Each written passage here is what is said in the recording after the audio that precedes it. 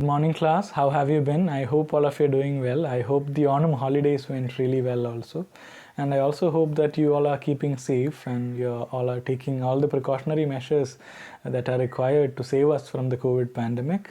So, in the last couple of classes, which were there before the holidays, we had discussed a bit about the diary of Anne Frank and how uh, the diary is actually a symbol of the kind of trauma and atrocities that the Jews had to undergo during the Nazi regime under Adolf Hitler. So we can see how this young girl, Anne Frank, is somebody who is very sensitive towards the things that are happening around, not just very personal things, but her personal experiences are actually a reflection of the political atmosphere that is out there. So the personal becomes political here. This is probably one of the most moving narratives that the world has ever seen so far, and it tells us about the pains that the Jews had to undergo during the torturous regime under Adolf Hitler. So we have two very small entries from the diary to learn. So I'll be dealing with a small portion of a diary entry on Monday 22nd May 1944. Okay, and the diary is obviously addressed Kitty, and Frank addresses her diary as Kitty. So we'll read the diary entry.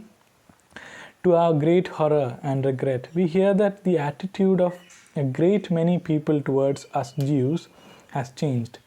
We hear that there is anti-Semitism now in circles that never thought of it before. This news has affected all of us very deeply. The cause of this hatred of the Jews is understandable, even human sometimes, but not good.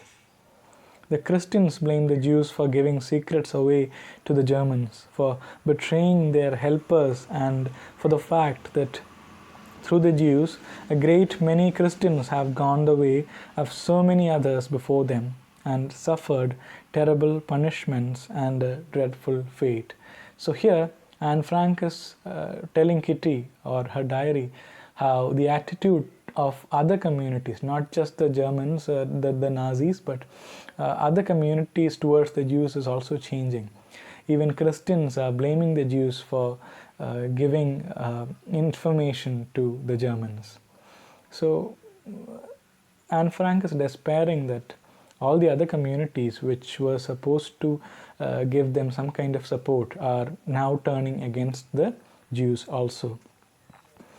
This is all true, but one must look at all these things from both sides. Maybe this is true. There are some elements of truth in what they're saying, but one must look at it from both sides. One must look at the issue from the perspective of the Jews also. Would Christians behave differently in our place?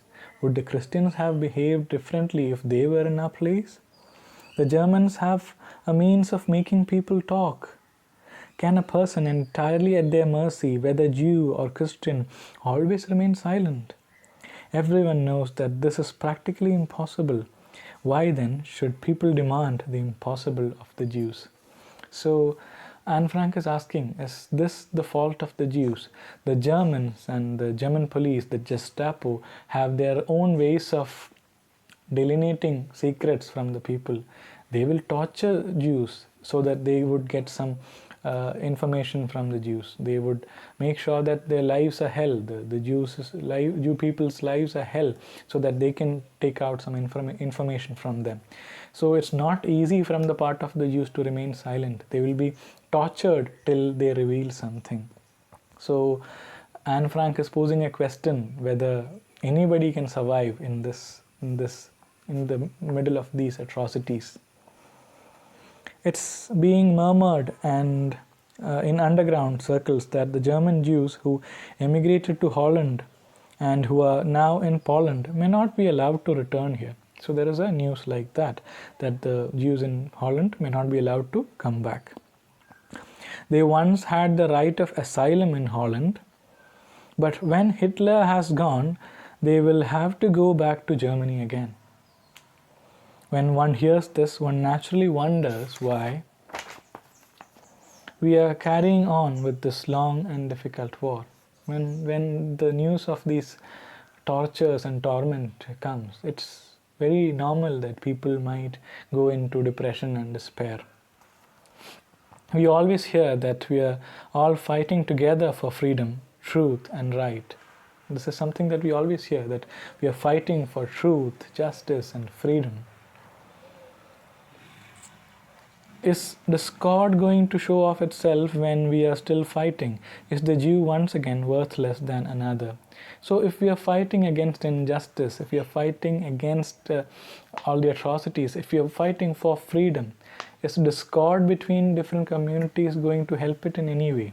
Shouldn't people be united against this torture by the Nazis? And has the value of the Jewish community, has it come down so badly that they are not even considered human any longer? Oh, it is sad, very sad, that once more, for the umpteenth time, the old truth is confirmed. What one Christian does is his own responsibility. What one Jew does is thrown back at all Jews. If one Christian passes some information to the Germans, that's that person's fault. But if one Jew somehow happens to have passed some information to the Germans, that becomes the whole race's fault, the whole of Jews' fault. Quite honestly, I cannot understand that the Dutch, who are such a good, honest, upright people, the Dutch, should judge us like this. We, the most oppressed, the unhappiest, perhaps the most pitiful of all people on the whole world, the Jews. I hope one thing only, and that is that this hatred of the Jews will be a passing thing. There is only one thing that I hope for, that this hatred, this attitude towards the Jews will change somehow. That the Dutch will show what they are after all, and that they will never totter and lose their sense of right, their sense of justice. For anti-Semitism is unjust. So what is anti-Semitism? Again, a very significant question. It's this seclusionary attitude, this isolating attitude, it's this derogatory attitude towards the Jews, towards the Jewish community, that they are inferior people and they don't deserve even the basic human rights. That was the kind of attitude that was prevalent back there in the Nazi Germany. So this kind of attitude is called anti-Semitism. That is considering Jews as in not giving even the basic consideration of humanity to the Jews, and this kind of hatred that was prevalent among the Nazi Germans. This is called the anti-Semitic attitude. It's not just the Germans who had it, even the Westerners, many Westerners have had the anti-Semitic attitude. So I hope that you can understand what Anne Frank is discussing here. So this is a very moving account. This is a very politically significant account of what was happening in their lives when they were in the hiding. Okay, the rest of the portion will be dealt with by Miss Anne Maria. Thank you for listening. Stay safe, guys. Thank you.